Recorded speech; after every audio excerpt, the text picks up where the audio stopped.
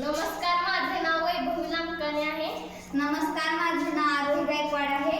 आमच्या शाळेचे नाव शेळगाव हायस्कूल शेळगाव आज आहे, तालुका बार्शी, जिल्हा सोलापूर. आम्ही इयत्ता 8वी ब च्या वर्गात शिकत आहोत. आम्ही हा कचरा व्यवस्थापनचा प्रकल्प आमच्या पुस्तकातून बघितला. त्यावरून आमच्या मनात विचार आला की कचरा व्यवस्थापनाची प्रक्रिया कशी होत असेल.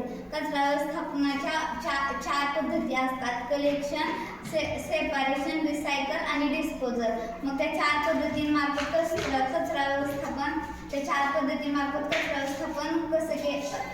व्यवस्थापन केले जाते. मग ते कचरा व्यवस्थापन कसे होत आहोत हे आम्ही ह्या मॉडेलमार्फत दाखवणार आहे. आपल्या परिसरात शहरामध्ये जो कचरा असतो तो कचरा गाडीच्या साहाय्याने जिथे रिकामी जागा असते तो कचरा तिथे आणून टाकला जातो. मग ते प्राणी खातात. मग ते प्राण्यांनी खाल्ल्यावर ते प्राण्यांच्या आरोग्यासाठी हानिकारक आहे, आपल्या पर्यावरणासाठी हानिकारक आहे. मग ते तसं होऊ नये म्हणून कचरा व्यवस्थापन करणं गरजेचं आहे. मग ते कचरा व्यवस्थापन कसं करायचं ते आपण ह्या मॉडेल मार्फत बघूया.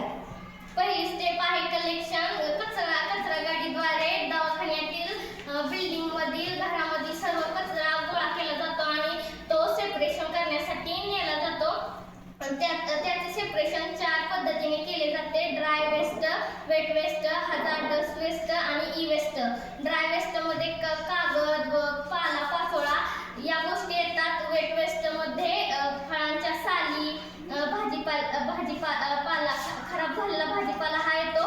ई वेस्ट मध्ये इलेक्ट्रॉनिक वस्तू येतात आणि हजार्डस वेस्ट मध्ये दवाखान्यातील कचरा येतो.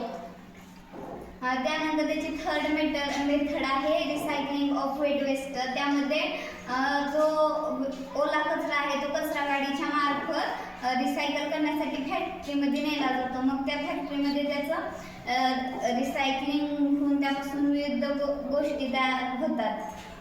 मग तो रिसायकल झाल्यानंतर विविध गोष्टी तयार होतात, जसं की प्लास्टिकपासून प्लास्टिकच्या चपला असतील, अशा गोष्टी तयार होतात. मग जो उरलेला जो ओला कचरा आहे त्या ओल्या कचऱ्यापासून आपण बायोगॅस निर्मिती करू शकतो. मग त्या बायोगॅसचा वापर आपण घरामध्ये जे सिलेंडर असतात त्यामध्ये केला जातो. मग त्यामध्ये चौथी प्रक्रिया आहे डिस्पोजल. ज्या कचऱ्याचं काहीच होत नाही